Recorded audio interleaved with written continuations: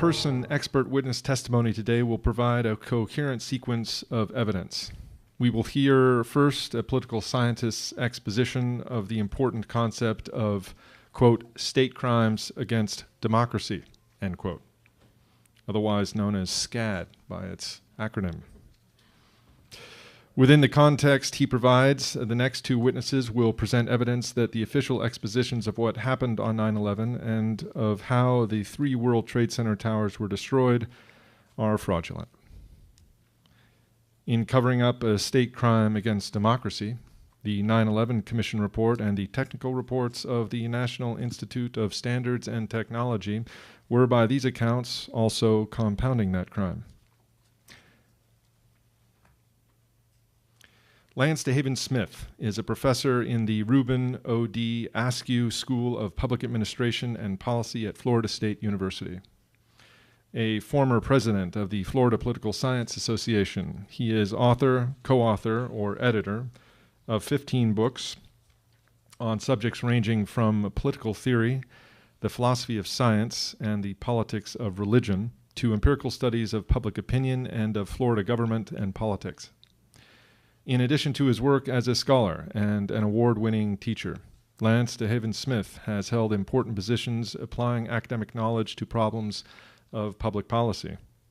He has been, for example, Associate Director of the Florida Institute of Government and Executive Director of the Citizens Commission on Cabinet Reform, of Florida's Local Government Commission, and of the National Public Sector Gaming Study Commission. In a sequence of groundbreaking essays published in peer-reviewed scholarly journals during the past 5 years, Professor DeHaven-Smith opened up research into the field of state crimes against democracy, and he is the editor of the February 2010 special issue of the journal American Behavioral Scientist that was devoted to this subject. Quick correction, he was one of the contributors to that. 2 others were the editors.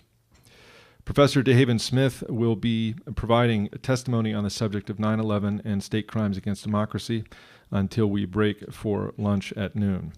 During this period, he will also be responding to questions from panelists, and I will serve as moderator. Please join me in welcoming Dr. Lance DeHaven-Smith.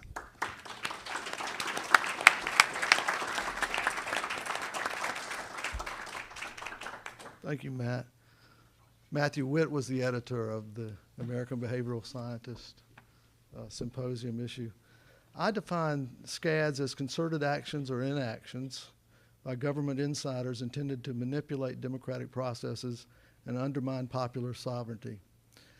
All I did was looked at Iran-Contra, Watergate, Plamegate, the manipulation of intelligence to get us into the Iraq War, and I said, what would we call this? What should be the name of this phenomenon? And that's how I came up with this concept, state crimes against democracy. It tells us a lot that we didn't have a name for it. These used to be called high crimes or treason, but those terms have lost currency, and so we had to invent a name for them. I'm going to use this concept to try to change, broaden our perspective on 9/11. We have an official account that this is a terrorist attack with no U.S. foreknowledge. There's a lot of evidence to cast doubt on that official account. Perhaps the most persuasive is the evidence, chemical eyewitness, visual evidence of controlled demolition of the World Trade Center towers and Building 7. And this is something that you can see with your own eyes. You watch the videos and you can see the Twin Towers explode from the top down into dust. You can see the Building 7 collapse beginning at free fall speed, at free fall acceleration into its own footprint. So you see that and you think, well, there's something really strange here. What was more disconcerting in some ways is that this was not investigated. So you had the NIST study that did not even look at the debris for signs of explosives or incendiaries. That itself is a crime. It's a nonfeasance but it suggests that there's something to hide, that alone. And this raises, this all raises questions about foreknowledge and complicity of government, and then you add to that the rapid transformation of the political process and the movement to preemptive war, something that has been illegal and is against our treaties, the United Nations Charter, and now it's official policy of the United States government. So we see all of this, and we obviously begin to think that maybe this was an inside job to advance a war agenda. I consider that to be the succinct statement of the counter theory. I don't mean to say that I know what the inside job was, who organized it, how it was done, but that, I think, characterizes the counter view of the official account. You would think Americans, especially, would be suspicious of the official account. But the U.S. political elite accepts it without criticism, silences and stigmatizes anybody who objects to it. And most parts of the public, at least large segments of the public, accept the official account uncritically. Now, other panelists will talk about some of the reasons for this resistance to suspicion.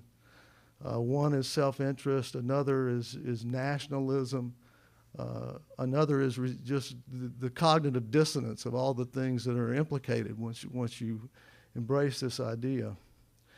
But I think that there's also a common sense argument against the counter theory, and the one that I hear pretty frequently. And that is, they just wouldn't do it. American elites, public officials, public servants would not go along with something so treasonous.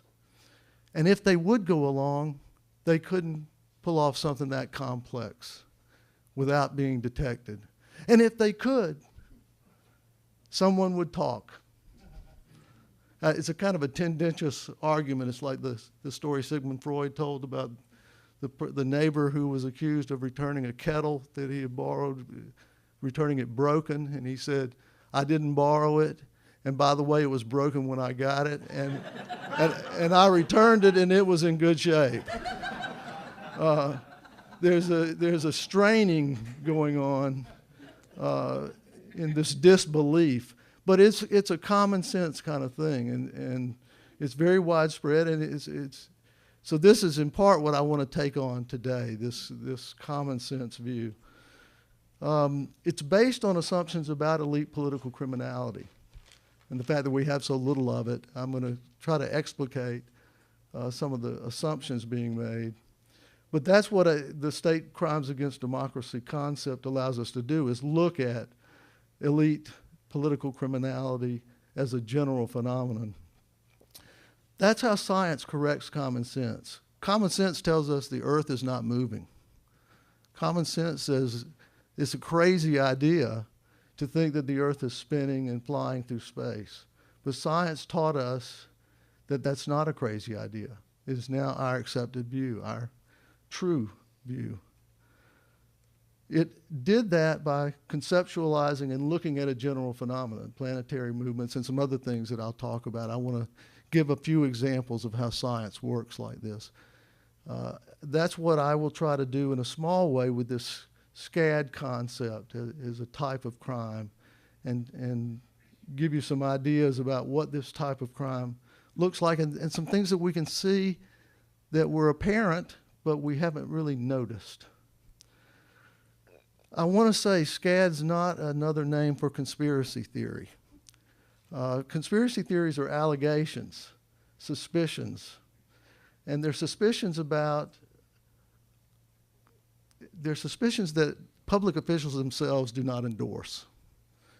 And basically they're saying unless this is investigated and confirmed by an official study, then it's a conspiracy theory. The SCAD concept is a type of crime. The conspiracy theory is trying to get us not to talk about that type of crime, and that's what it amounts to. So by naming it It's an important thing to name it in the sense that it gives us something to be specific about and talk about without being spurned and turned away by the conspiracy theory pejorative label. Matt, in introducing me, explained that I had been involved in writing a number of peer-reviewed journal articles, and I stress that they are peer-reviewed.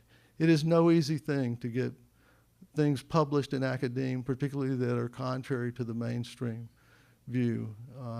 You really have to make a good case. This concept was introduced in 2006. It is impossible without David Ray Griffin, Peter Dale Scott, Barbara Honegger is here, Laurie Manuel, Kevin Ryan. People have been toiling in these fields for years. And what I'm doing is looking at this kind of as a secondary person coming in here and saying, well, I'll look at the research done over here and done over here and done this crime, and draw some conclusions across these phenomena. So, but I do want to recognize how indebted I am to the scholarship in this area. I do have a couple of recent publications that have not gotten much attention yet. One looks at the Nuremberg war crimes trials and looks at the evidence that was used to convict and execute the Nazi war criminals. And I would recommend this article to you because what it shows is that the evidence was pretty sketchy. One of the primary pieces of evidence was a memo written in 1939. It was written about 10 days after a meeting that Hitler called where he announced his plans for aggressive war. We didn't have an original copy of the memo. We had a photocopy, a photostat. But that was considered compelling evidence of a conspiracy to wage a war of aggression. I think it's pretty comparable to the Downing Street memos. That again, you have secondhand information written after the fact. But I think if you go look at the evidence from the Nuremberg war crimes trials, you'll see that when it comes to high crimes, when it comes to these state political crimes, we have a different standard of evidence. And we have to, because these people have control of the judicial machinery. And they're experts in the law. They know how to hide things. So historically, high crimes have been treated as something that if you're really suspicious, that means there's something wrong. Where there's smoke in high crime, there's usually fire, and that's the assumption made. Another thing I'll mention just very quickly, high crime generally, historically, there was none of this plausible deniability stuff. If you had an underling who committed a crime, you were responsible. The buck stopped here. Now it's like unless you've got a smoking gun, you're not able or in polite company to talk about it. I also have an article, symposium issue in a journal called Public Integrity. This is the ethics journal for the American Society of Public Administration. And it includes government workers and so on. So the concept is getting out there, and I wanted you to know about these publications. I co-authored a good bit with Matthew Witt, one of the moderators, and I want to thank him for that. He was the editor of the American Behavioral Scientist issue that came out that had the SCAD concept in it and got this concept to a wider audience beyond public administration scholars. He and I co-authored, but it was mainly his work, a paper where he introduced the concept of the holographic state. And I recommend this concept to you. Basically, the idea is that it's like The Matrix, the movie The Matrix, that we live in a virtual world in many respects. And it's, to some extent, illusory. But every now and then reality pops in, like 9/11 or Hurricane Katrina. Something happens and you start saying, whoops, there's something wrong here. Well, there's a set of people, a set of agents who come out and restitch the web, the artificial reality together for us. And they suppress things like the 9/11 truth movement. So I think that's a very useful concept. I've got 4 main things I'm going to go over.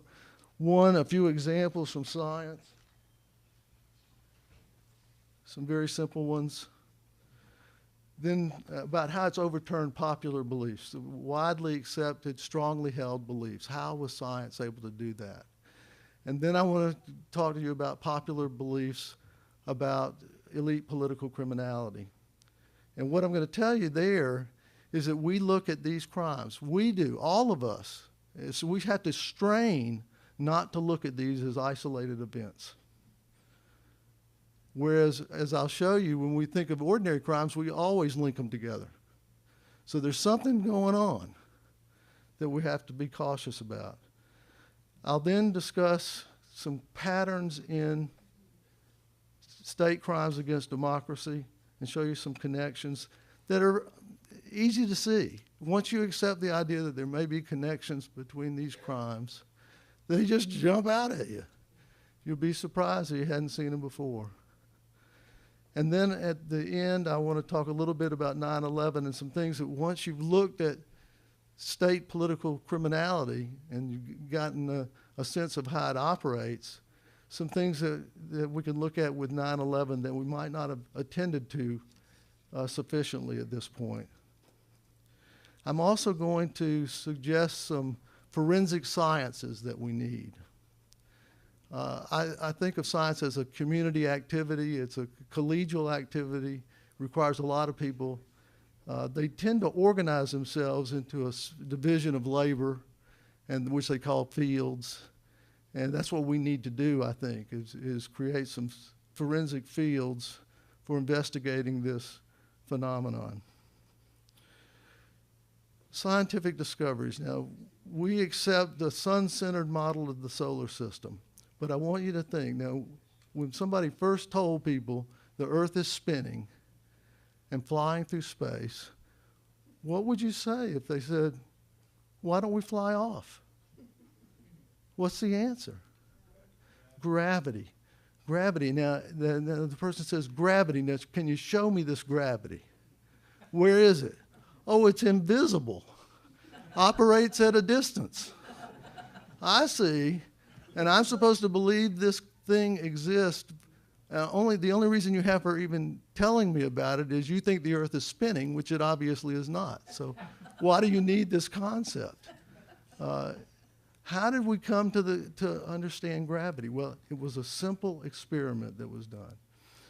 Galileo said that objects of different sizes and weights would fall at the same rate of acceleration. We had assumed that objects fell based on their weight. Heavier would fall faster. We were assuming the force that acted here was weight. And Galileo said, no, the force is a uniform force, the Earth's gravity. And it will operate the same on any weighted object, whether it's heavy or light. And he reputedly stood on the Leaning Tower of Pisa and dropped different sized cannonballs off the tower, and they landed at the same time. And people were stunned. They had seen things fall many times. All your life you'd see this. But they had always assumed that they fell at different speeds. And then when they were shown they didn't, it was an eye-opening experience. And that's, I think, how science works. The theory of evolution. How did we get to this? This was a shocking idea when it was introduced. The idea that all life came from some simple organisms and evolved in, and it was insulting, to say human beings evolved from apes. I mean, we had court cases in the United States in the 20th century about whether you could even teach that. So it was very insulting. How did we come to believe it? Well, one is Darwin showed us that if you look at animals in different environments, you see that they vary according to their environment. So if you look in a snowy area, you'll see the rabbits are white. If you go to the desert, you see that they're tan. So he showed us this over and over and over again. He also pointed to the fossil record. We had found fossils before. We didn't know what they were, though. And what Darwin said was this is evidence of the evolutionary path. And we went and found intermediary species between apes and human beings. We found the fossil record. So that was another thing. And it was something that once we knew to look, we could find, but until we thought about it, we didn't even notice.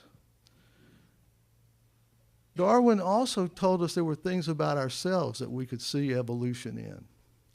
He would point out to audiences that most of us, if you feel behind the curve of your ear, there's a little indentation about a third of the way down. And that's, in monkeys, that's where their ear bends.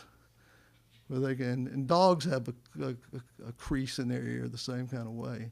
And Darwin said, well, see, that you have that crease. You can't bend your ear, but you still have the crease, the sign of it. So he pointed out things that, you know, we could have seen, but we would have never known about without the theory. And I think that, and my point is, that's how science works. It takes things that you can't refute and brings them to your attention and changes the way you see the world all around. I think of it as there are two types of discoveries going on. One, I call macro discoveries. This is where you have this big picture and you find things that fill in the blanks. So you have this big picture that says humans evolved and everything evolved from different species, simpler species, and you go looking for intermediary species. And when you find those, I call it a macro discovery, like filling in the puzzle. Micro discoveries are where you take the big picture and you go zoom down on a narrow thing and you see something you hadn't seen before. So you see the objects fall at the same rate of acceleration. You see the little ear indentation. I'm going to talk about these patterns among scads as a macro discovery. There's nothing super about them. It's really kind of silly that we've not looked for these before. They're pretty straightforward. And then I will talk about 9/11 as some things that we might draw from scads to look at there as micro discoveries. All right, let's talk about everyday perceptions of elite political crimes. They're viewed individually and in isolation. JFK, John Kennedy, and Robert Kennedy, both assassinated in the 60s. Both brothers. Both assassinated while campaigning. Both shot in the head, which is actually kind of rare for assassinations. Most of the time they shoot you in the stomach, like Oswald, bigger target. But nobody looked at that as a serial crime. Nobody said, in fact, we don't say Kennedy assassinations. We say the Kennedy assassination. And what that means is the President Kennedy. And if you want to talk specifically about Robert Kennedy's assassination, you have to say Robert Kennedy's assassination. We don't use the plural. Same with the 2000 and the 2004 elections. Now here's two elections, both with the same kind of problems, bottlenecks at the Democratic popular precincts, anomalies in the electronic tabulation of the data, problems with the ballot marking, deviations from the exit polls, statistically highly improbable deviations. Both benefited the same guy, George W. Bush, and yet we don't think of those as serial crimes. Yeah, somebody's just said, I do. 9/11, we're looking at the events of 9/11, but we tend to not think of 9/11 as connected to the anthrax letter attacks. Now, even that's true, even though we first thought they came from the same source. But now we think, no, one of them was the crazed Bruce Ivins, and the other was the terrorist. Or that's how, I know we don't think that way, but that's how a lot of people tend to think about it. I call this incident-specific myopia. So it's a nearsightedness. I think of it as driven, we're like victims, we're like abuse victims. These shocking events are so overwhelming They loom large in our minds, in our perceptions, and we can't see them as if we were above and looking at a bunch of them. We can only just see the one and then to see the other. I worked with a PhD student about 15 years ago, and we interviewed abuse victims, spouse abuse victims. And one of the strangest things to me was that they didn't see patterns in the abuse. Women would say, yeah, he kicked me, he shoved me down the stairs. And yeah, he threw the spaghetti in my face. And you say, well, God, this guy's a maniac. No, dinner was late. So I think I think to some extent this myopia is a abuse response. So I don't mean to accuse us of being stupid or foolish or something like that. I think that there are reasons for this. But it is the opposite of the way we think about most crimes. If there was a man who married a wealthy woman and the woman died of a freak accident, and then he married another wealthy woman and she died of a freak accident, we would say, this guy's killing his wives. We would certainly suspect that. We would interrogate him. We want to know, where were you when she died from the freak accident? It would be our automatic response. The TV shows on crime use this constantly. They will look for patterns in crimes to identify the suspect. It's just a normal thing. It's criminology 101. And yet when we look at elite political crimes, we see them one at a time. Even when there are obvious connections, like the Kennedy assassinations or the 2000 and 2004 elections. Why do we do that? Well, I mentioned part of it is the abuse syndrome. Part of it, there's just powerful norms that prevent us from suspecting it. The fact is the political class ostracizes anybody who says these things. If you're an elite, good luck. You're going to have not many friends. If you're not an elite, good luck. You're probably going to lose your job or be shunned in other ways. The clearest example of these norms is the conspiracy theory label and how it operates. Now, what's so peculiar about the conspiracy theory label is it doesn't make any sense.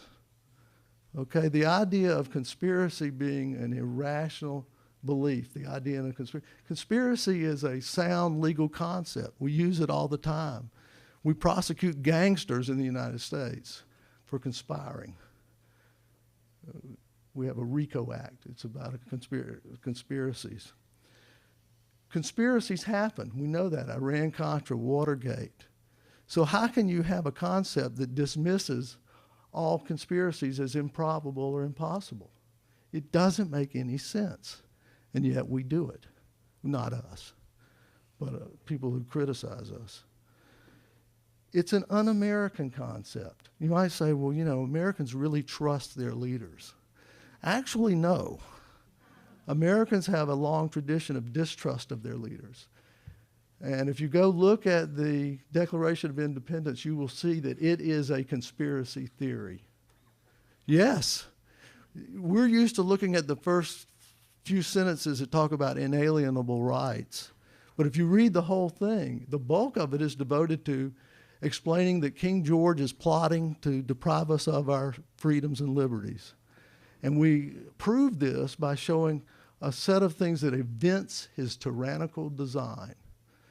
Things like making us pay a tea tax and inciting Indian attacks and slave rebellions. We go through this long list and we say, see, he's plotting against us, and that's why we have the right to overthrow him. So the notion that conspiracy theory is American is wrong. It's totally foreign to our civil culture. It also doesn't make any sense. It's an unsubstantiated theory of its own. When people dismiss conspiracy theories, what they're doing is embracing a coincidence theory. They're assuming that all these things, they didn't catch the hijackers getting on the planes, and there was a group of elites who said we needed to have a new Pearl Harbor, And yeah, there were all these war games going on at the time. And yeah, the buildings fell down. All coincidental. All coincidences. So what's going on is you have an unsubstantiated theory that's being smuggled in with this pejorative term.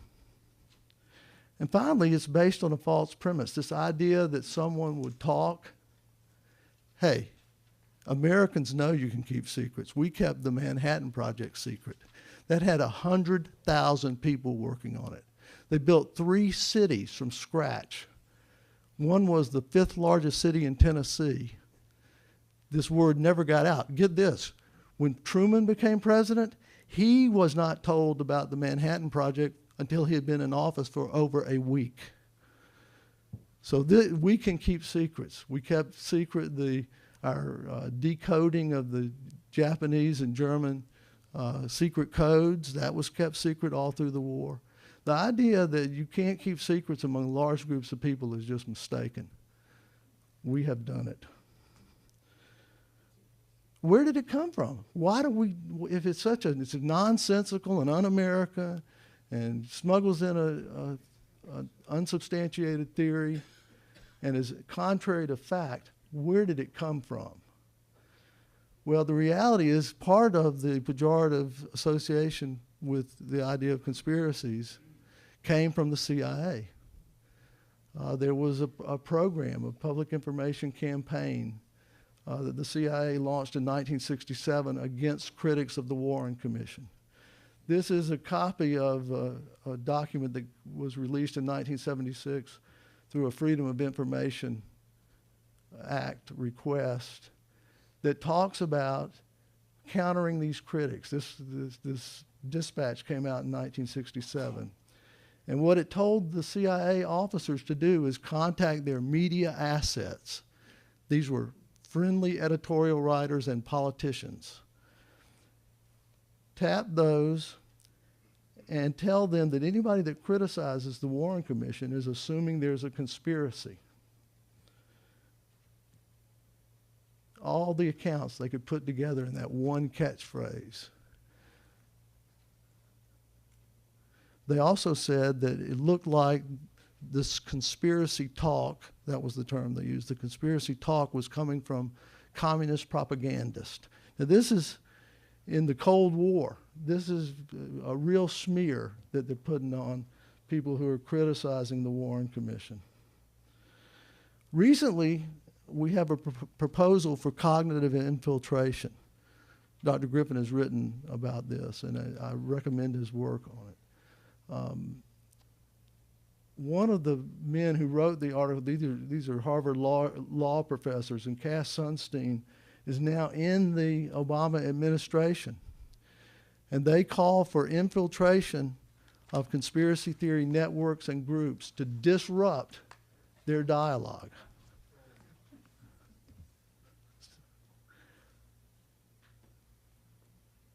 This is breathtaking hypocrisy. Understand that this is how the state thinks.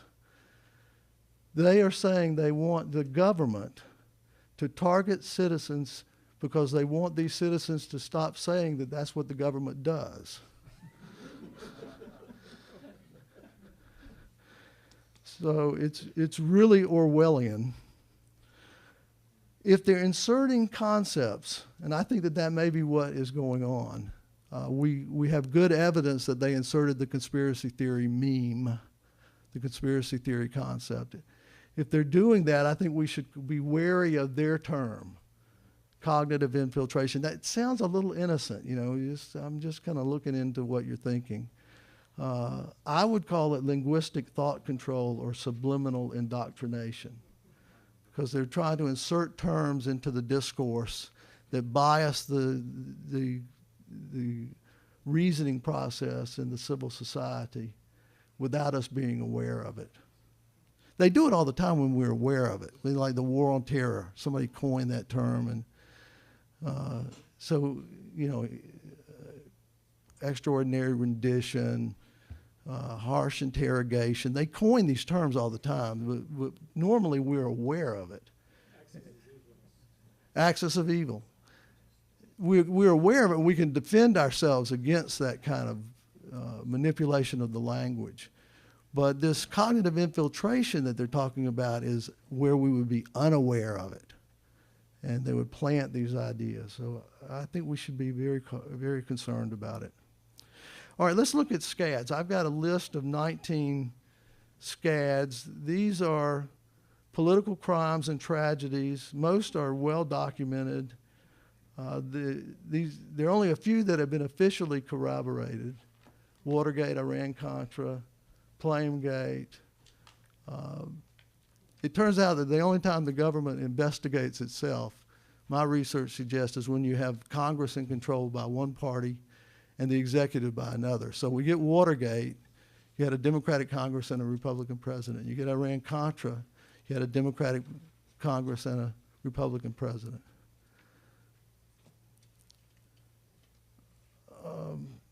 Before I go to that, let me just run through these. McCarthyism, that was just somebody making wild accusations to foment social panic and to gain political advantage.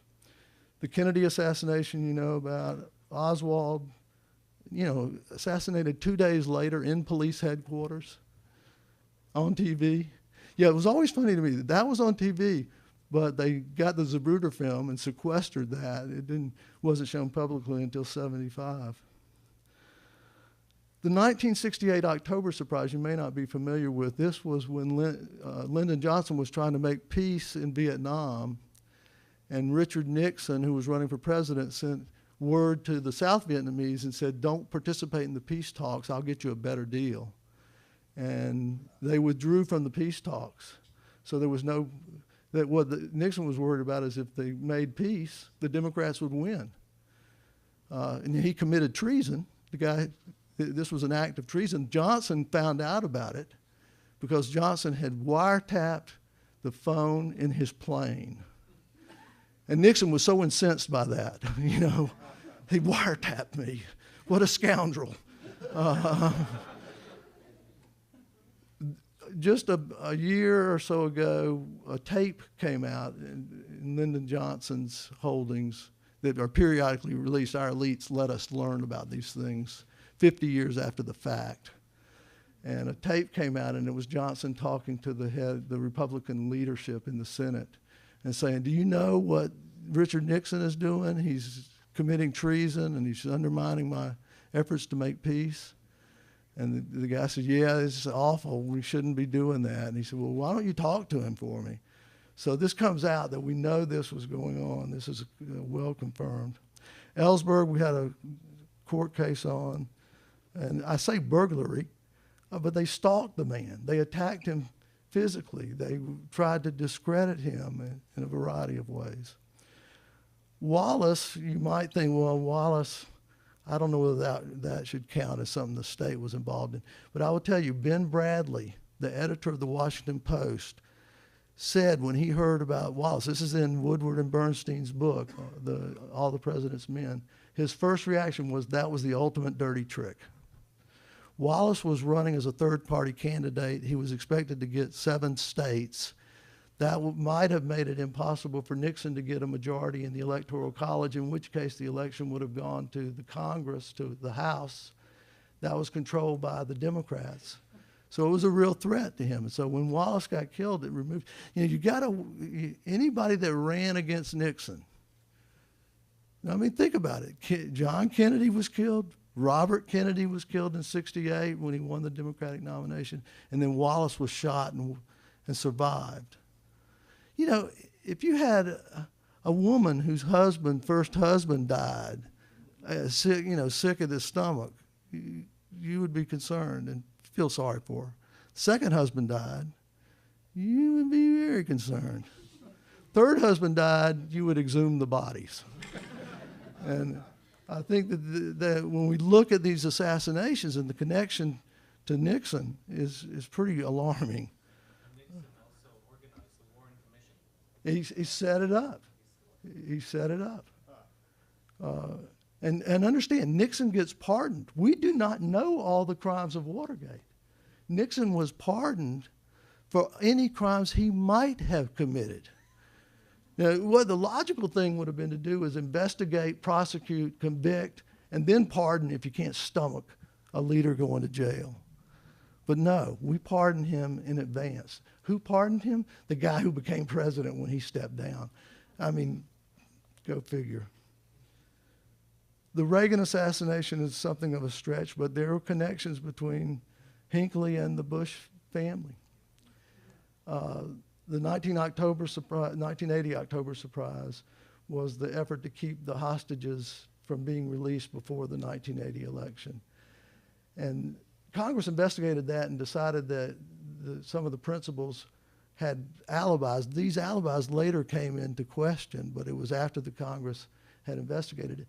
And when they looked at Iran-Contra, they specifically prohibited going back and looking at the 1980 October surprise. You can only look at the new stuff.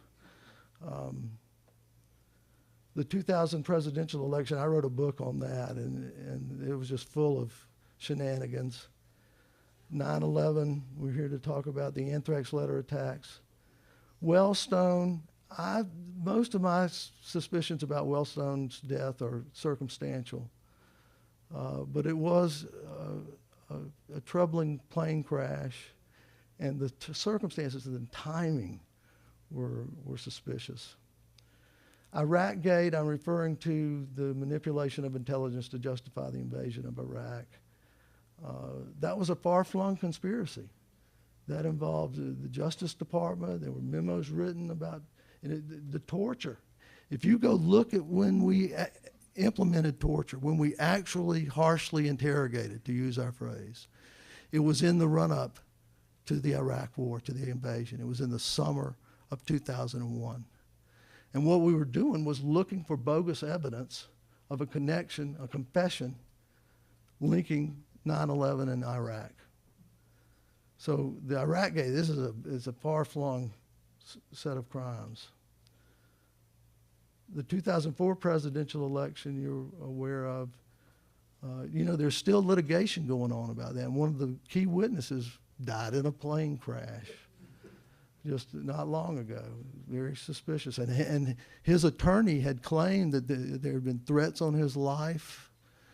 Very suspicious. The last one I have is the bogus terror alerts of 2004. We know about these because Tom Ridge fessed up. The word had leaked out in 2005, but basically what was going on is when the president's approval rating was going down, they would announce a terror attack, a threat, and his approval would go back up. And they did this repeatedly in the run-up to the election. So I have this list of 19. One thing I would point out is how many elections were tainted. Often not by just one of these scads, but by two and sometimes three. 64, 68, 72, 80, 2000, 2004. In 64, you had John Kennedy assassinated with Oswald, but you also had the Gulf of Tonkin resolution. This is one thing that goes on with these scads. They're done in a political climate. And with the Gulf of Tonkin, this was a provocation and an attack that probably did not occur. That Congress was told North Vietnam had attacked our ships. There was no doubt about it. We were in international waters minding our own business. So this was just complete lying to Congress about the nature of this thing. This was in 1964, in October, in the run-up to the 1964 election, and Goldwater was criticizing Johnson for being soft on the war. And so you suddenly get this congressional resolution authorizing the Vietnam War right before the 64 election. We had a similar thing with the 2002 congressional authorization to go into Iraq. That was pushed through Congress right before the midterm elections in 2002. 68, you had the leading Democrat assassinated and the peace talks subverted. In 68, 72, you have Ellsberg's stalking, Wallace shot, and Watergate. And Watergate, it's called a burglary. Do you know why it's called a burglary? 3 days after the Watergate people were arrested, Ron Ziegler, the press secretary for Nixon, came out and said, well, this was a third-rate burglary attempt. Well, it was a wiretapping. They were going back in. They had already wiretapped the offices of the Democratic National Party, and one of the wiretaps had quit working, so they were going back in to fix it when they got caught. So they call it a burglary. Well, it was a lot more than that, and there were a whole lot of these dirty tricks. What Nixon was doing was making sure whoever he was running against would be the weakest candidate. So McGovern gets the nomination. He picks as his vice president Eagleton, who's had electroshock therapy. So kind of did in his whole campaign.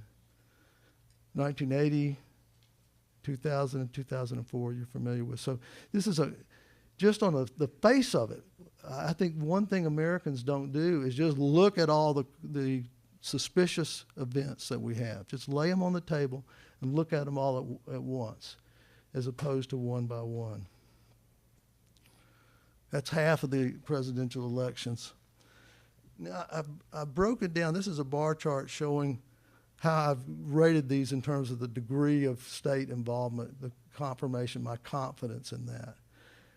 Most of them are highly confirmed. We've got tapes, confessions, memoirs, the Gulf of Tonkin. You hear people say, well, that probably never happened. Well, if you look at the documentary, Fog of War, there's an interview with Robert McNamara, and he said, yeah, it never happened. What he doesn't say is he went to Congress and said it happened. Slip of the memory. But most of these are well confirmed. Some are mainly circumstantial, and I include 9/11 here. We don't have a confession yet.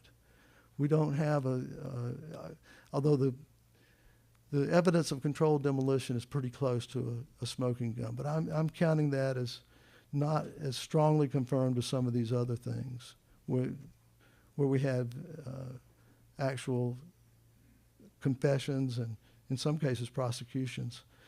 And then there's some that are speculation almost, that it's mainly circumstantial, but the circumstances are enough that if it was an ordinary crime, you'd be exhuming the bodies or something. So most are well confirmed. They're hard to confirm. The perpetrators are experts. They know what to hide. If you look at Hunt, McCord, and Liddy, who were the Watergate burglars, these former FBI and CIA agents, attorneys, you sign a secrecy oath. Daniel Ellsberg has spoken at length about this, that you sign this oath that you cannot reveal a secret unless the person you're revealing it to has been explicitly approved to receive that specific information. So if you're testifying before Congress under oath and they ask you something, you can perjure yourself to avoid revealing the secret. These SCADs, they're industrial level operations. If you look at Watergate, for example, this wasn't a couple of burglars. They had two people in the hotel across the street watching. They had one person to pick the locks. They had one person to photograph the documents. They had one person to wiretap the phones. They had a whole crew of people. And it was a highly organized operation. So the difficulty in convicting people on this is often they don't know what their role is. They know what they did, but they don't know where it fits in the larger scheme of things. You obviously know that the investigations are conflicted. And then the problem of pardons. Normal crimes, the way it works is you get the guy on the bottom and you threaten him with life imprisonment or whatever and say, but if you'll tell us who you were working for, we'll cut a deal with you. And you work your way up the chain of complicity. With high crimes, with SCADs, the president can pardon everybody. So they've got to keep the chain from going up to the president. If the president resigns, you've lost your get out of jail free card. So it undermines the whole investigative process. If we look at the tactics, the modus operandi, as the criminologists call it, the most common are assassinations. I have 6 here listed. I didn't include the anthrax letter attacks that were mailed to Leahy and Daschle because I counted them as a planned international conflict event, a false flag event. But if you had included them, there would have been 8 assassinations that looked like some kind of state involvement. So that's the most common MO. Second is false flag operations, provocations, misconstrued intelligence, sabotage of peace talks. So that's a common approach. These false flag operations are not that common. 9/11 stands out as being such a big, visible event and also immediately followed by the anthrax letter attacks. So you have 2 right there, which I think frankly is a signature. And I'm going to suggest at the end of my comments that it would be advisable for us to look more carefully at the anthrax letter attacks. Election tampering is a recent development, and the burglaries, which again is kind of a euphemism. But one thing I would note about this is if you look at these skills and tactics, they're skills and tactics of military and intelligence professionals. And actually, some other work I've done, if you look at the development of them, you'll see that they tend to correspond with what we're doing in the international sphere. So we have a series of assassinations in the 60s. John Kennedy in 63, Malcolm X in 65, Martin Luther King in 68, Robert Kennedy in 68, Wallace in 72. We have this string of them. Well, at the same time, we were assassinating leaders internationally. So my suspicion is that these tactics tend to migrate back in to our domestic affairs. But in any event, even regardless of the timing, you can see that the tactics show this imprimatur of intelligence and military skills. This chart looks at how well confirmed we have these SCADs and what MO they used. These are the highly confirmed, the medium, and the low. This bar, the green is election tampering, the tan is manipulation of defense or false flag operations, planned international events and burglaries. The main thing I want you to see is the ones where we have low confidence were assassinations. And the ones where they're low or medium were either assassinations or these false flag operations. So what it suggests to me is, yeah, they're less likely to come out, particularly when they involve murder and treason. They're much more frightening events for the people who participate in them. And I'm almost done with the patterns. If you look at the motives in terms of what these SCADs do, who benefits, what are the consequences, most of them, almost 2/3, affect war.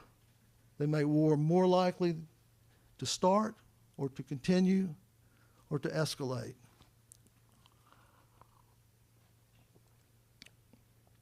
Another, a little slightly less frequent, are ones that are just political opportunism. Rigged elections are common.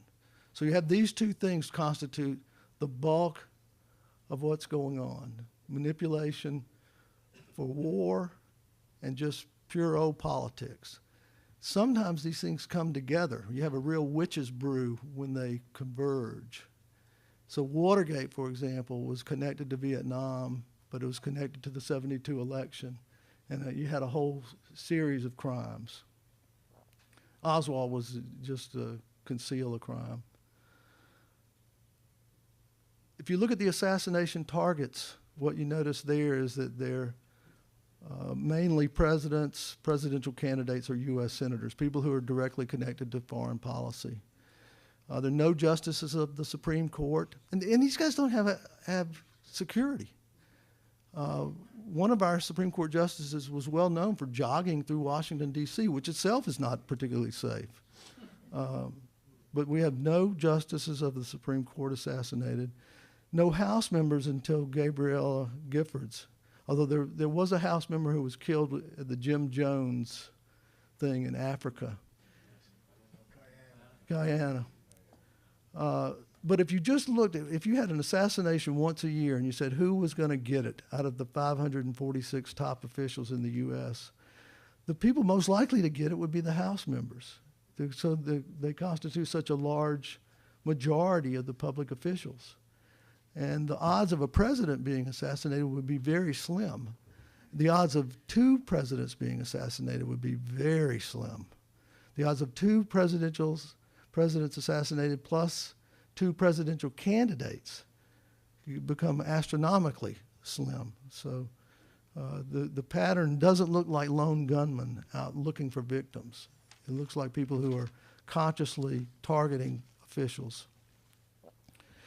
One other thing I'd point out, if you look at the presidents who have been assassinated where we think the state was involved or have some reason to think so, they had vice presidents who were very close to the military and intelligence establishment. LBJ was very closely aligned with the military, and George H.W. Bush had been the director of the CIA. So that's a peculiar pattern. I think sometimes they pick vice presidents to be assassination insurance. Remember Dan Quayle? It's just a thought. Nixon said when Spiro Agnew, his vice president, was indicted and he resigned, and they appointed Gerald Ford to be vice president, and it's on the tapes. Nixon said, "Uh-oh, I got trouble now." Before, they wouldn't have impeached me because they wouldn't want Spiro Agnew to be president. But now with Gerald Ford, my insurance is gone. If you look at the U.S. senators, the only time they've been attacked is when the Senate has evenly divided. You had a one-vote margin for the Democrats in 2001 that changed once Wellstone was out of the way. So that's a peculiar phenomenon. The Senate would just be targeted when it's so closely divided. I'm going to pick up the speed here. The SCAD trends, this just looks at by decade, and you've clearly got a rising trend. But there's another phenomenon going on. If you look at the 60s and the 2000s, you have a war agenda driving these SCADs. When the Cold War ended, we didn't see any SCADs. So you got to think that these are deeply motivated by a military agenda. I also categorize the SCADs in terms of what scope, how many people had to be involved. And just quickly say that most of the SCADs early on were pretty isolated. Under the Bush administration, they became far-flung. If you look at Watergate, Iran-Contra, and Iraq-Gate, and just look at the trajectory of criminality, Watergate was basically a maniac, Nixon, wanting to get reelected. And he did implicate some other people and get them to go along with him, but they did reluctantly participated in that. He hired the plumbers because the FBI would not wiretap the news media. So you have people saying they won't go along. When you get to Iran-Contra, now you've got a part of the military and a big chunk of the CIA implicated. When you get to Iraq-Gate, now we're talking the Justice Department with the torture memos and the preemptive war memos. You're talking a big chunk of the military with its preemptive war, and the CIA, of course. So it's becoming much more pervasive. I think it's a frightening trend. Last thing I want to mention, some things about 9/11. It fits the SCAD pattern. I'm just listing some SCAD characteristics. Intersection of presidential politics and foreign policy. Obviously, the 2000 election had undercut the legitimacy of the Bush presidency, and that was turned around after 9/11. It furthered the war on terror. It involves military and intelligence skills with aviation and demolition. The crime scenes were investigated superficially.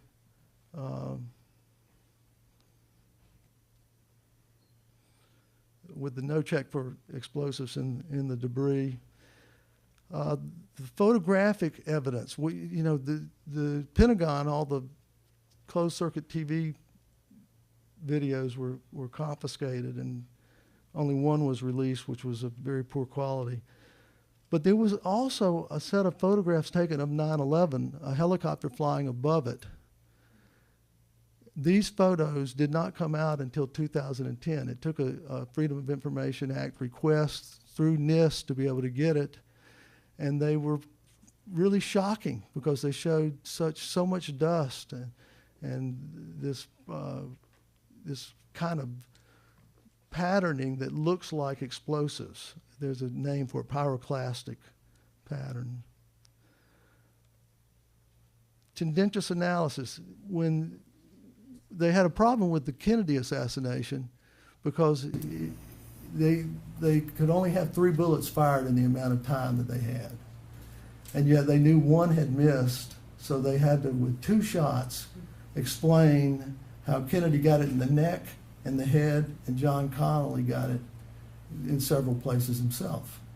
So they came up with the magic bullet theory, that it ricocheted. Well, we have the magic buildings theory. but it's this tendency to develop very tendentious analyses to deal with forensic evidence rather than look at the evidence and say, oh, geez, the implications of this are very significant. We need to follow it. Instead, it's like, oh, cut it short. The last 3 are the ones that I don't think we've looked at sufficiently. These events tend to have a lot of coincidences. They occur in clusters, and they involve some manipulation of our perceptions of the events. The coincidence in 9/11, I'm not going to go over. I've already kind of recited some of them. There are many of them. But we have a science that calculates the odds of coincidences. It's called statistics.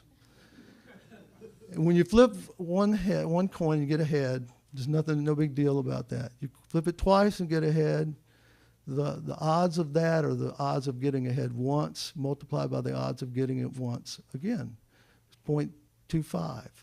3 heads, you multiply again, so it's 0.5 cubed. When you get to 10 heads, you're looking at the odds of 1 in 1,000. I did a list of coincidences for 9/11, and I've come up with 50 coincidences, which make the odds of that 1 in a quadrillion. So but again, the science really raises strong doubts about it. Oh, I did want to mention that we need a SCAD statistics. We need a field of SCAD statistics where people calculate the odds of these things. Steve Freeman did it after the 2004 election. He took the exit polls and compared them to the election returns in a bunch of states, and he found that you couldn't have had that in any kind of statistically probable way. That frequent deviation, particularly almost always benefiting Bush. But we need a whole field to develop around this. The anthrax letter attacks, there are a lot of holes in the Ivins case, but the main problem they've got is the silicon and tin that looks like it weaponized or increased the dispersion ability of the anthrax. See, this stuff was going through mail sorters and coming out of the envelopes and spreading. Well, that doesn't work with normal anthrax. You got to do stuff to anthrax to get it to spread like that. And there are real questions about whether Ivins had the equipment or the knowledge to do that. But more importantly, I think, is the evidence of foreknowledge of the anthrax letter attacks. This is a report from the Washington Post of October 23. And what it reports is on the night of September the 11th, the White House Medical Office dispensed Cipro to Dick Cheney and others in the White House. Cipro is an antibiotic to fight anthrax infections. Now you might say, well, we were just doing that as a precaution. Yeah, but you didn't tell the Senate. You didn't tell the House. You didn't tell the American people. Why would you have given Cipro out in the White House and never told anybody else about it? George Bush's comment when this came out was, well, there's no question that the evildoers are continuing to try to harm America and Americans. Barbara Honegger's got a good article on this, and that looks at the parallels between 9/11 and the anthrax and the people involved and the suspicion. But I think, see, what you have to think about is, if you look at Watergate, you have this string of crimes committed. Well, they were all committed by the same people, the plumbers. So that's the way we should think of SCADs. When you see 2 or 3 of them occur together, it's the same guys. So go start looking for who was at the scene. Start connecting the dots. Almost done, right? Last thing. This is a very speculative, but I wanted to bring it to your attention. And that is the question of whether the 9/11 label itself was planted. There's something peculiar about this label, 9/11. Now, this would have been a top priority for people. If somebody inside the government arranged this, they would want it to be framed in a certain way and would have been thinking about this. So I don't think this is out of the range of possibility. If it's a planted meme, it may have the characteristics of the conspiracy theory meme, which was empty. It's vague, but it's emotionally charged. It's a conveyance of emotion, and it's foreign to the culture. If we look at 9/11, it's emotionally charged. It's connected to the emergency phone number 911. I mean, that itself is very suspicious. Do you know what George Bush, after he testified to the 9/11 Commission, he came out into the Rose Garden and spoke to the press, and he called it the 911 Commission.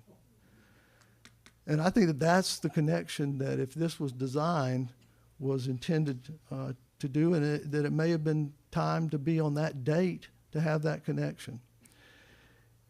9/11 deviates from our naming conventions. We don't name holidays and events, frightening events, by the date. The only date I can think of that we have in America for a special date is July the 4th. But even that is Independence Day. Normally, we would name where the event happened, so Pearl Harbor, 3 Mile Island, or how it was done. So the anthrax letter attacks, for example, if we use that way of naming, we would call 9/11 the hijacked airplane attacks. The problem with using 9/11 is it elevates the historical significance of the event. It's, as Matt said early on, or Michael, that there's before 9/11 and there's after. And it immediately conveys this way of thinking. And I'm not sure, I'm trying to figure out why America overreacted so amazingly to these attacks. Even if you accept the official account, it's like, are you really going to start a new Cold War? Because that's what it feels like over this. If you say 9/11 changed everything, that makes some sense. But if you said the skyscraper collapse of September 1 changed everything, you go, I'm not so sure. The hijacked airplanes changed everything? No, not really. But the 9/11 meme, I think, it could be planted. That's my suggestion to you. I did track down the first instance where I could find where it was used. It was used in a headline and a story the next day, September 12th. And it draws attention to the connection between 9/11, the date, and the emergency phone line. And it says it was an aptly dated wake-up call. It's just odd that this came out so fast and had all these connections, and even the way, see, a lot of people were doing 9-11 or 9-11-01 or or 9-11-2001. And so, but here, the very next day, 9/11, drawing attention to the emergency phone number. These are the kind of sciences I think we should try to expand. I've given you examples of them. I hope that you'll join with me in doing these, and I appreciate everybody letting me use all their material for my theorizing. Thank you.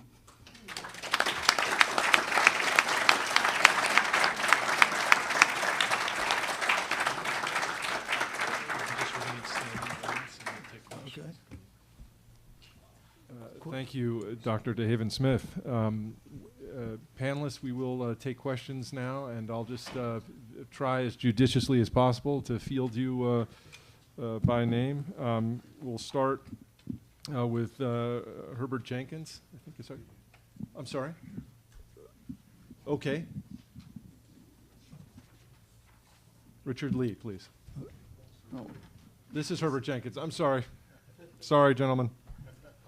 What do you, I have the microphone, so I guess I'm in control.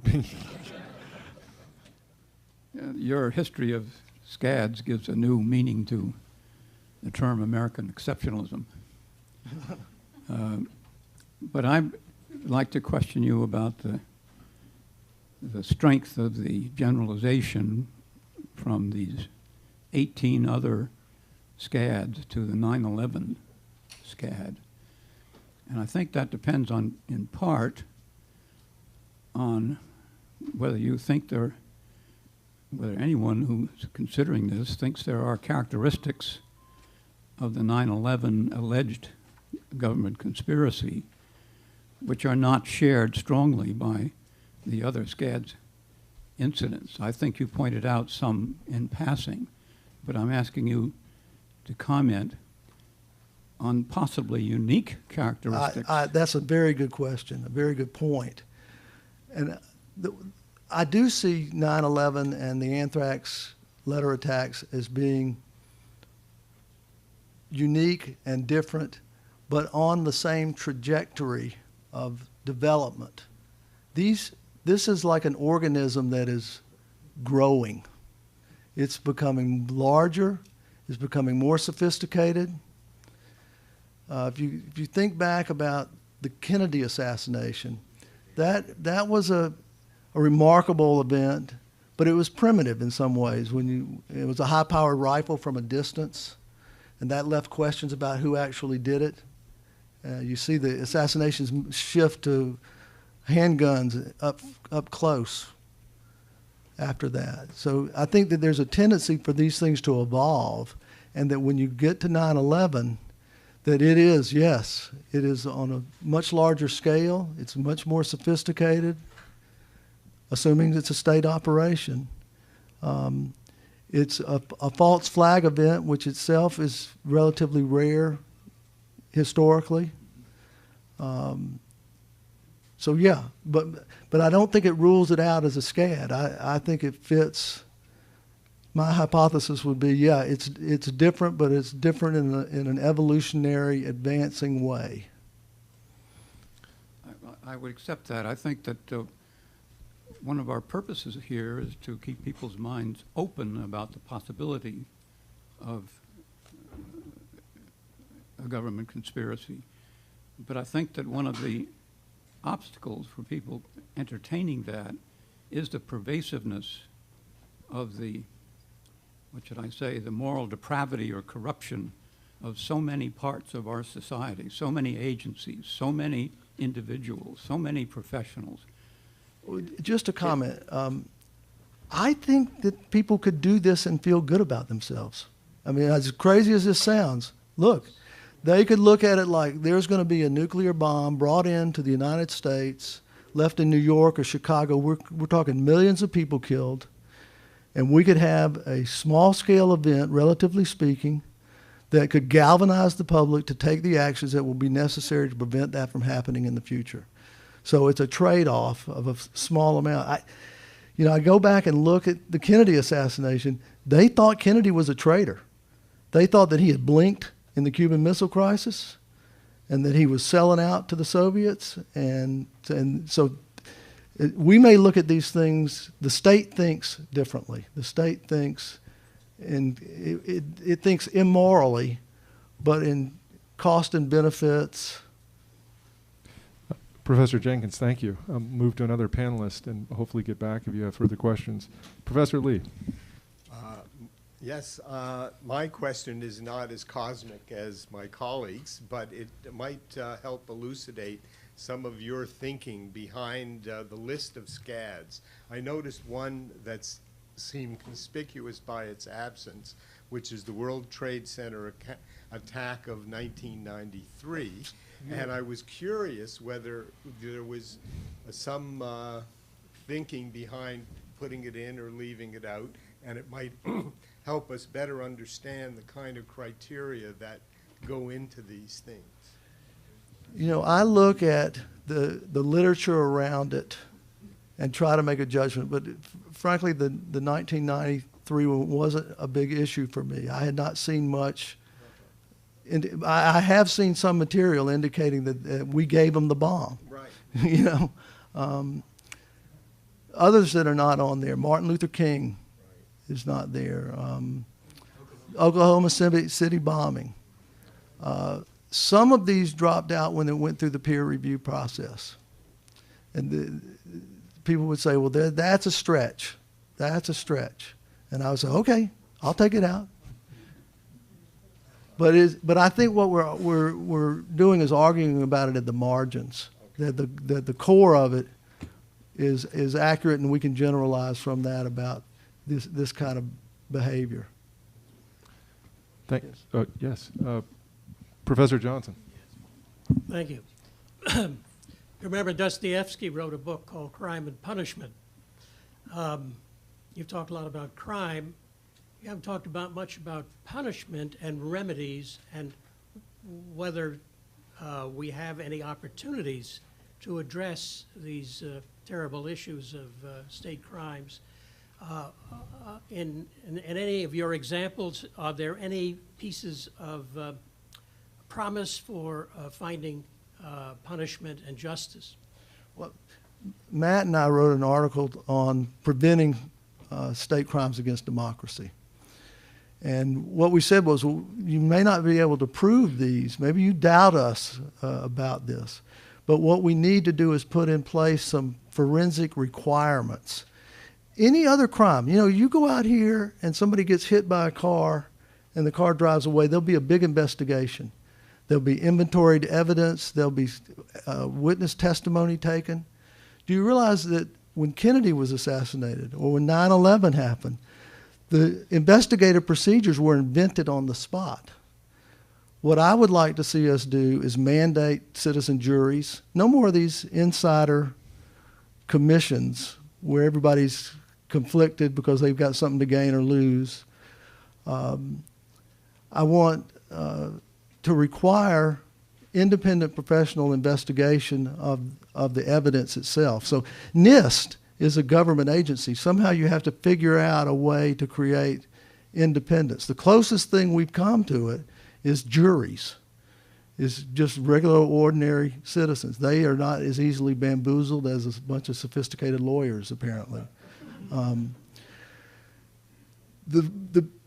If you look at the ones that have been officially investigated, Watergate, Iran-Contra, and Iraq or Plamegate, what that shows is the biggest barrier we have to dealing with this is the pardon power. Because in every case, the culprit was pardoned. And as I indicated, that makes it hard to investigate and get confessions because people think they're going to get out of it. Another thing I would point our attention to is the Nuremberg war crimes trials as an example. And I mentioned a couple of things about it. One, I've already mentioned the evidence was at a lower standard. We took circumstantial evidence seriously because we assumed that these people had control of the administrative and investigative machinery.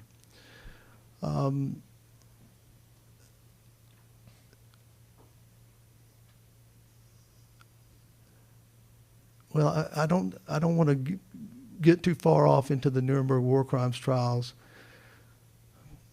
but I would point out that we did not simply try the politicians. We also tried journalists.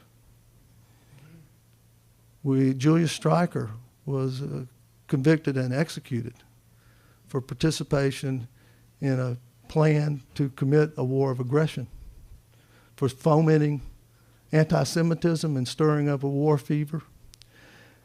And I think that that's something that we have to think about. We, in the United States, the only profession that's constitutionally protected is the press.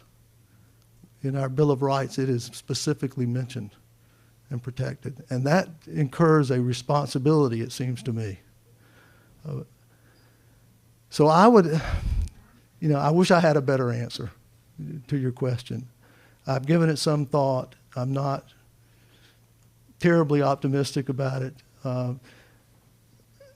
One other thing I would mention, Bertrand Russell's tribunal that he called, I think it was in '67 or so, it was on the Vietnam War. And he said, he was a famous philosopher, British philosopher, and he said, well, the state is incapable of prosecuting these kinds of war crimes that were going on in Vietnam. And the public is incapable of coalescing and articulating itself. So what we have to have are civil society groups and investigations, which it seems to me the Toronto hearings are much in that tradition. And I haven't seen anybody improve on Russell's analysis of it. But it leaves us with a huge burden, to say the least. Thanks, Lance. Your Honor, in Pasamato, you had your hand up. Yes. I have to ask you if the state crime against democracy can be committed by more than one state. For example, the Nigergate has been invented by CIA with the support of Italian and English Secret Service. Since the end of 2000, that we assessed in Italy. This is the first question. The second is that if you think that the fact that the state crime against democracy often is unpunished is a consequence of the lack of independence of the justice from the political power, like United States, where the general prosecutor, who is paralyzed during the investigation against the complot, is appointed by the President of the Republic. Yeah, yes to both questions. One is, can they be committed by internet? I agree. They are. In fact, one of the people who left the British intelligence service claims that it is routine for one service to call upon another service to commit crimes in their country because they are barred from it. We commit crimes all over the world every day with our intelligence apparatus. So we can get them to return the favor, come into our country, and you can break our laws with impunity. So I think that happens. I haven't studied it. I think it needs to be studied. It's certainly, I would think, of growing significance. In terms of getting these crimes punished, the president having control of the appointment. I believe that professionals adequately socialized to strive for justice and truth would do this. But we have political interference at this point at the highest levels, so it becomes virtually impossible to get justice. Thank you. Thank you. We have a few more minutes. Any further questions, panelists? Yes, sir. Professor Lee. I'm glad the Nuremberg trial analogy came up because it's interesting that just yesterday or the day before, Noam Chomsky wrote a piece about the Nuremberg trials, in which he argued, conspicuously leaving 9/11 itself out of the picture, that the crimes committed by the U.S. in Iraq and Afghanistan constituted crimes which would be chargeable under the Nuremberg laws, and he quotes Robert Jackson's famous definition. And so I thought you might be. That's exactly, and that's what this article I wrote in Contemporary Politics said. It looked at Nuremberg, and what people think about Nuremberg. The first charge in the indictment was a plan to commit a war of aggression, and they say, well, that means we did that in Iraq. Well, it's more complicated than that. In the Nuremberg trials, they said not simply that there was a plot to commit a war of aggression, but that they hijacked the parliamentary government. And they did it by setting fire to the Reichstag and by doing false flag military attacks from Poland. They had testimony on this. The evidence was sketchy, but they were convinced and they convicted people of this charge. That is, it seems to me, if you want to make the charge against for war crimes, war of aggression in Iraq and Afghanistan, that to fill in the charge, you have to say, well, the government was hijacked. This was not a properly executed policy. This was a policy where the people involved in gaining our approval manipulated the process, lied to us, manipulated, scared us real badly, gave us provocations. And so I think if there's any kind of war crimes trials about Iraq and Afghanistan, that it definitely needs to raise the issue of 9/11. Your Honor, you had your hand up. Your Honor, in Pasamonte. Yes, sir. Richard Clarke, the former White House, recently told French-German television that CIA was aware about the imminent attack September 11. Could you move the microphone closer? Thank you. He told that the White House was not informed. I ask you, do you think that CIA could have hacked in this way without the knowledge of the United States administration? I don't think so. The CIA is the only agency in the intelligence apparatus that reports directly to the White House. All the other agencies are part of, like the Justice Department or some other Department of Defense. CIA goes directly to the president, which itself is a scary idea. It's a lie, big lie. So I think, well, you know, to be frank, when I read Richard Clarke's opinion, I assumed that, yeah, he was getting onto something about the head of the CIA being aware that there was people in the United States that were planning to hijack planes and fly them into buildings.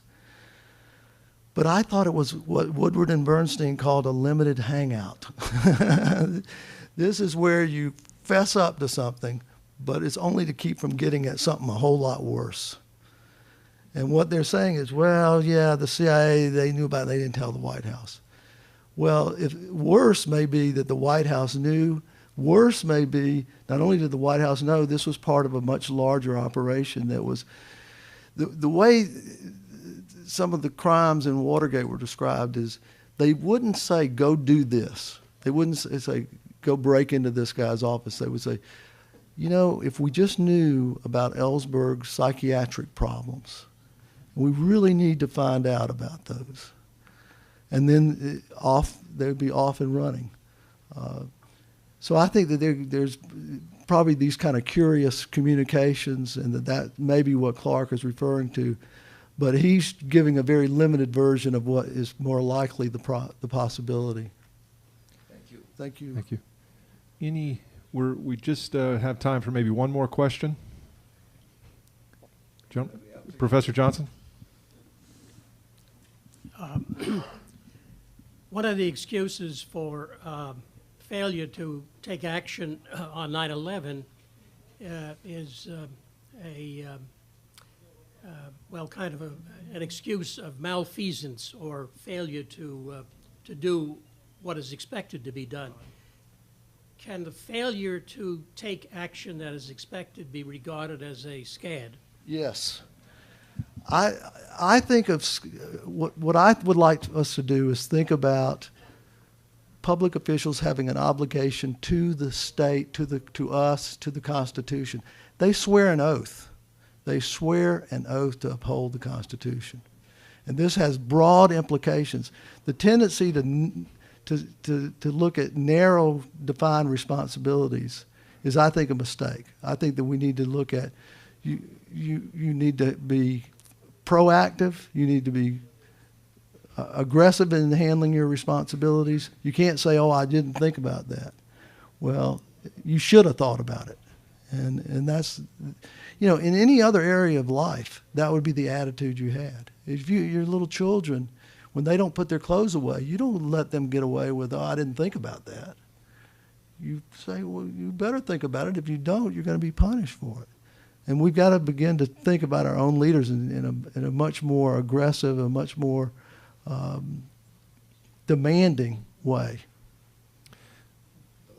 Yes, sir, Your Honor. Do you think that the Secret Service often are used by the political power in order to commit the state crime against democracy? Yes. And do you think that an obstacle to the search for truth could be the state secret or office secret, which the US administration several times raised to the Commission for September 11? Yes. The question was, does the secrecy prevent us from getting at these issues, and do the politicians use these apparati for political and self-serving purposes? I'll leave you with the final thought. Howard Hunt was told by Charles Colson to prepare a plan to assassinate Jack Anderson, a newspaper reporter, a very controversial newspaper reporter. Howard Hunt and G. Gordon Liddy put that plan together. They were ready to do it. They viewed it as perfectly lawful. They considered Jack Anderson a traitor for publishing classified information in the newspaper, and thought it was fine to go ahead and extrajudiciously kill him. Now, the attack was called off, but what that tells you is that this apparatus is got a very strange way of thinking, and they follow orders, and the politicians are the ones that are in charge. So I don't think we have a clue. Look, what we've got are 15 to 20 examples where we're pretty sure we know what happened. How many things do you think we don't know about? I think a lot. And that's part of what we've got to do until we start studying this, calculating probabilities, searching for connections between individuals at the times of these crimes. Part of what science does is it invents observation methods, the telescope, the microscope. I want to devise a truth detecting device that we can run political speeches through and figure out when they're lying. Things like that. That's what we need. We need a science that really gets on these guys. Hey, thank you all very much.